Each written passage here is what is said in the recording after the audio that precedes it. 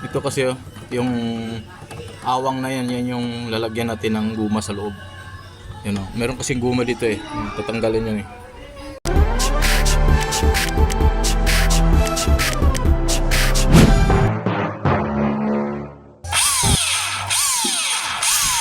Maliit muna na drill bit ang gagamitin para pasok doon sa butas niya. Kasi unang palit pa lang ito ng damper eh.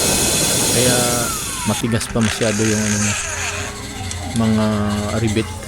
Yan, papalitan natin malaking drill bit para lalaki yung butas. Yan, nandahan lang. Mahal kasi bumili ng buo nito eh. Nasa 3 plus.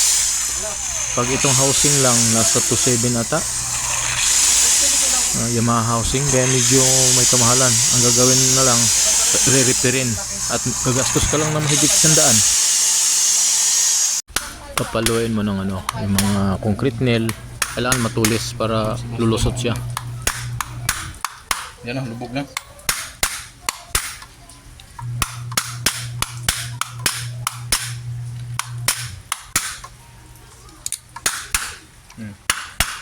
Tanggal na. Tanggal na.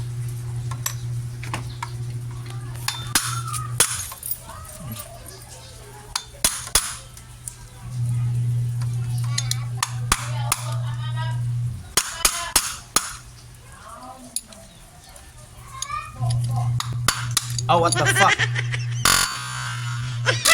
Oh, what the fuck? Yan na. This is it. Yan, itong palitan. Ito yun, oh. Tingnan mo, ang laki ng awang. Ito original yun eh. Kay lagayan pa lang. Ito yun. Yan. Meron na rin siyang rivet na rin. Yan. Ito. Try, oh, ang luwag, oh. Oo, no.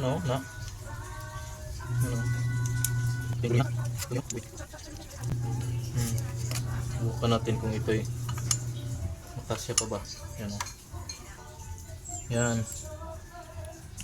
Yan. Yung parang hard pala dito sa baba. Yan o. Yan o, yan. Ganyan. Yan. O, tingnan mo siya. Di na siya kalog o. Wala na siyang kalog. Okay na? Yan. Yan.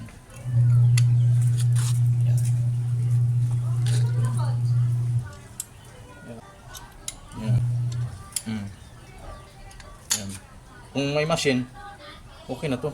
A few moments later. Yan o. Yan, naribit na siya o.